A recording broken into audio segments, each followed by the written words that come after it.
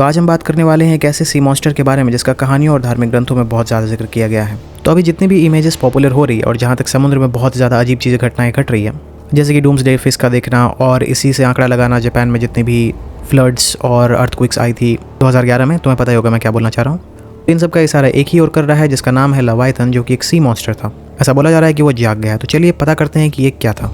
लवाइथन एक legendary sea monster था जो पुरानी कहानियों में काफ़ी फेमस था। इसका जिक्र पुरानी बाइबल में भी किया गया था। I am talking about the old testament. और कई एंशिएंट कल्चर्स में ये डर और अवे का सिंबल था। लवाइथन को काफ़ी पावरफुल और डेंजरस क्रिएचर माना गया था। इसका डिस्क्रिप्शन कुछ इस तरह होता है, एक जायगेंटिक सी मॉन्स्टर जो हवा से भी तेज तैरता था। तो आप इमेजिन कर सकते हो एक समुद्र की गहराइयों में रहने वाला मॉन्स्टर जो अगर सरफेस पर आ जाए तो पूरी दुनिया का ही हाल बदल जाए। इसे एक डिस्ट्रक्टिव क्रिएचर के रूप में डिस्क्राइब किया गया था।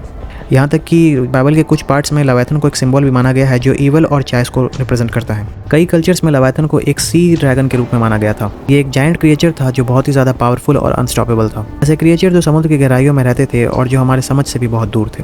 कई एक्सप्लोरर्स और सेलर्स भी लवाइथन के एग्जिस्टेंस में विश्वास करते थे। उन्होंने अपनी जर्नी में ऐसे मिस्टीरियस क्रिएचर्स को देखा था जो लवाइथन जैसे दिखते थे। ये लेजेंड्स पुरानी सेलर्स के दिमाग में इतने डीप तरीके से घुस गए थे कि उन्होंने अपने एडवेंचर को एक कहानी बनाने का रीज़न माना, जो कि एक और मिस्ट्री बनकर रह गया।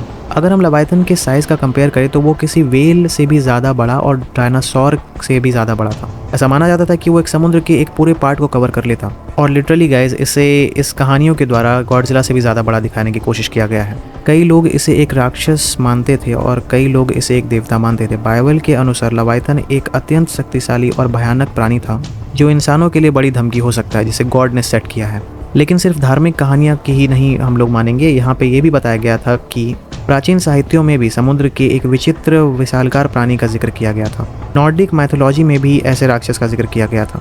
हो सकता है ये सब कहानियाँ सिर्फ एक ही प्राणी की ओर इशारा कर रही हैं। साइंस की सुनते हैं तो क्या लवाइथन सच में समुद्र में हो सकता था? कुछ लोग मानते हैं कि ये कहानियाँ असल में प्राचीन डायनासोर जैसे मोसेसॉरस एंड मेगालोडॉन से जुड़ी हो सकती हैं। ये दोनों ही समुद्र में राज करने वाले सबसे बड़े प्राणी थे, लेकिन हमें अब तक ऐसे सबूत नहीं मिले हैं जो लवाइथन के होने या ना होने का कंफर्मेशन दे। जानते होंगे कि समुद्र के हिस्से में सिर्फ 5% हिस्सा ही अभी हम लोग ट्रैवल करके उसे जान पाए हैं और बाकी का 95% बचा हुआ है।